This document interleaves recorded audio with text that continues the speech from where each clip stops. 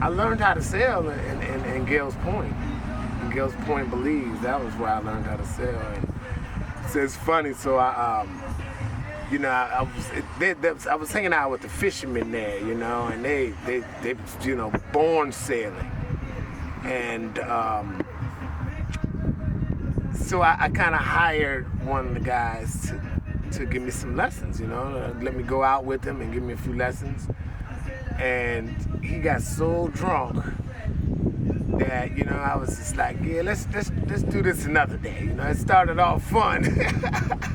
But he got so drunk that it was no longer fun anymore. I mean, I wasn't afraid or anything because we were pretty close to the peninsula. But so the next time I went out, I met this little guy named Artie, and Artie. I was on my motorcycle, and I drove my motorcycle to Gales Point. And so everybody wanted to ride the bike. They wanted me to teach them how to ride the bike and this and that. So I said, look, Artie, you teach me how to sail, I'm going to teach you how to ride this motorcycle. He said, all right, it's a deal. So 4 o'clock the next morning, he was knocking on my window. He's like, let's go. I'm going to give you your first lesson. Starts in 20 minutes. Let's go, get ready. Artie taught me how to sail. The best instructor ever. Much better than his father, the drunk one. I loved his dad, but he was just drunk, He was drunk at the time. So that's where I learned how to sail at Gales Point, And then I bought a little small sailboat in Belize City, and I sailed from Belize City to Gales Point. Actually, we went up the river. We didn't sail. We took the river from Belize City to Gales Point, and I left the boat there for a while, and then eventually I sailed from Gales Point up to Punta Gorda.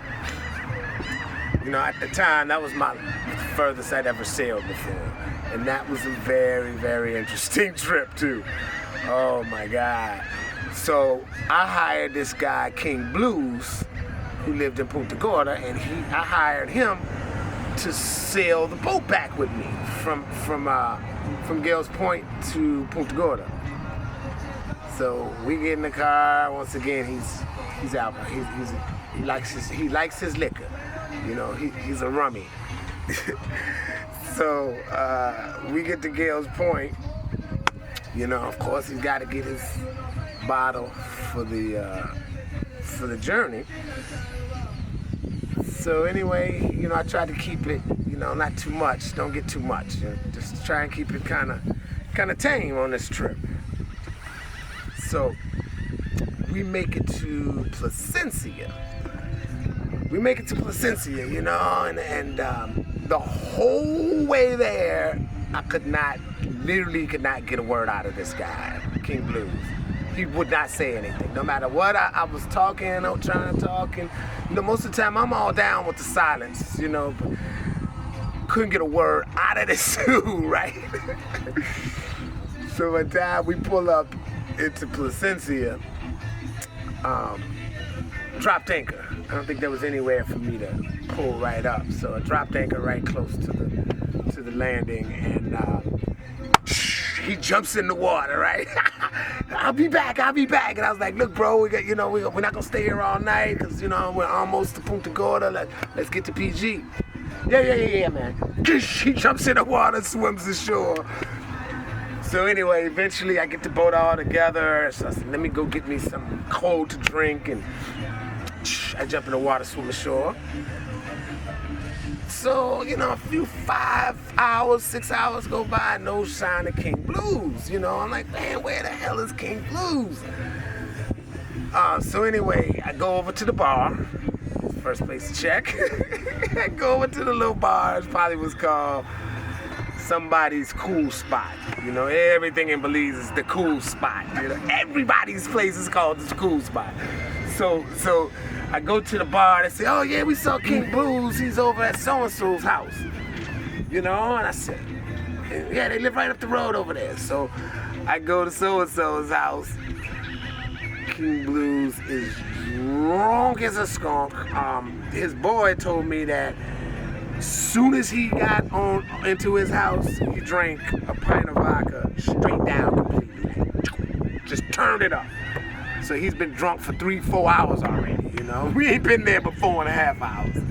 So I'm like, oh, Lord.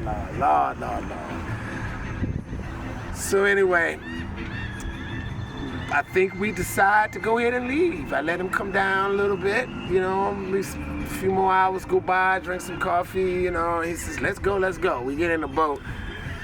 Now we're sailing, and now this motherfucker will not shut up. He went from silent Bob to fucking Shattermouth, right? He would not stop talking, just the dumbest shit. I really didn't feel like talking. They say, you know, you never go jump in a boat and go sailing with somebody unless you really know them, you know. So we sail, you know, a few hours, and then the wind stops. So we said, well, let's just take a nap. We go to sleep.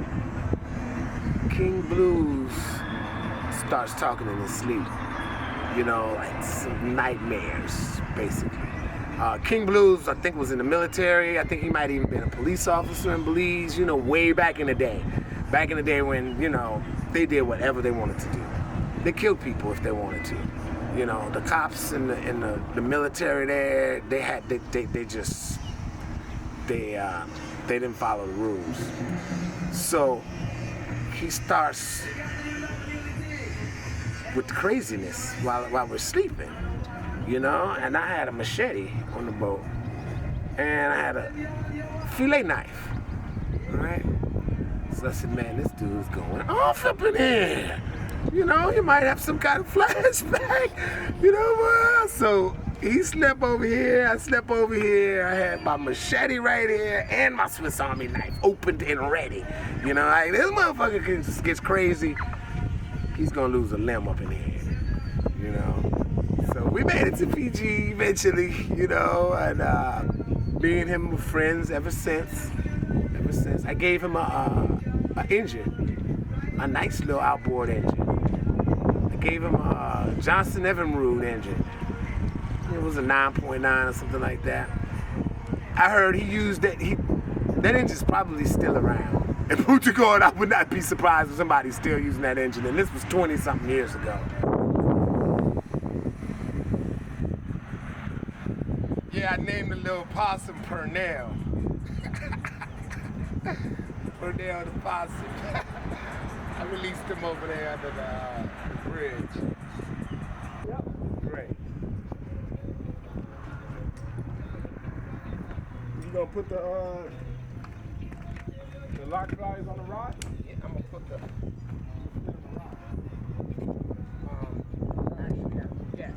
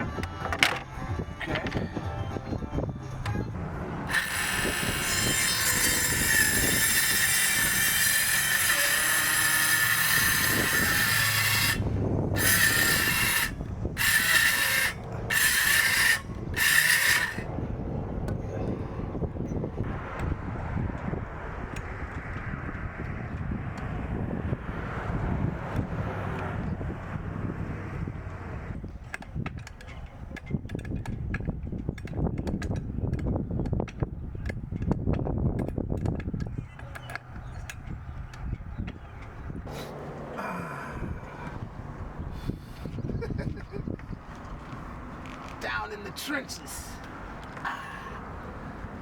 See the difference between a big boat and a little boat? Uh-huh. With a little boat, oh, it'd have been a bitch squeezing it. You know, I'd have had to been upside down, hanging out, dropping screws under there. With this, you can actually climb in different spaces. You got any pineapples growing? Oh yeah, tons. Yeah. I love growing pineapples. So every time you eat a pineapple, you just cut the tops off? Mm-hmm. Stick them back in. Yep. Woody was always the photographer of the family. Well, Randy was the photographer of the family.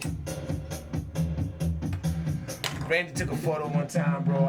To this day, it's the best photo I've ever seen. And guess what it was? A rock in the water, covered with seaweed,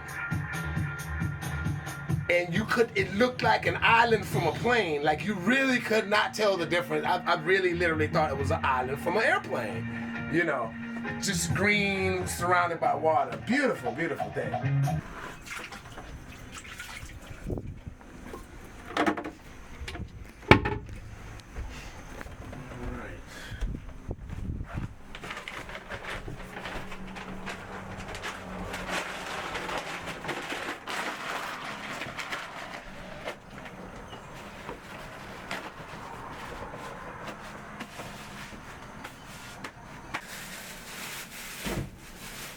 I'm gonna cook us this flounder for lunch.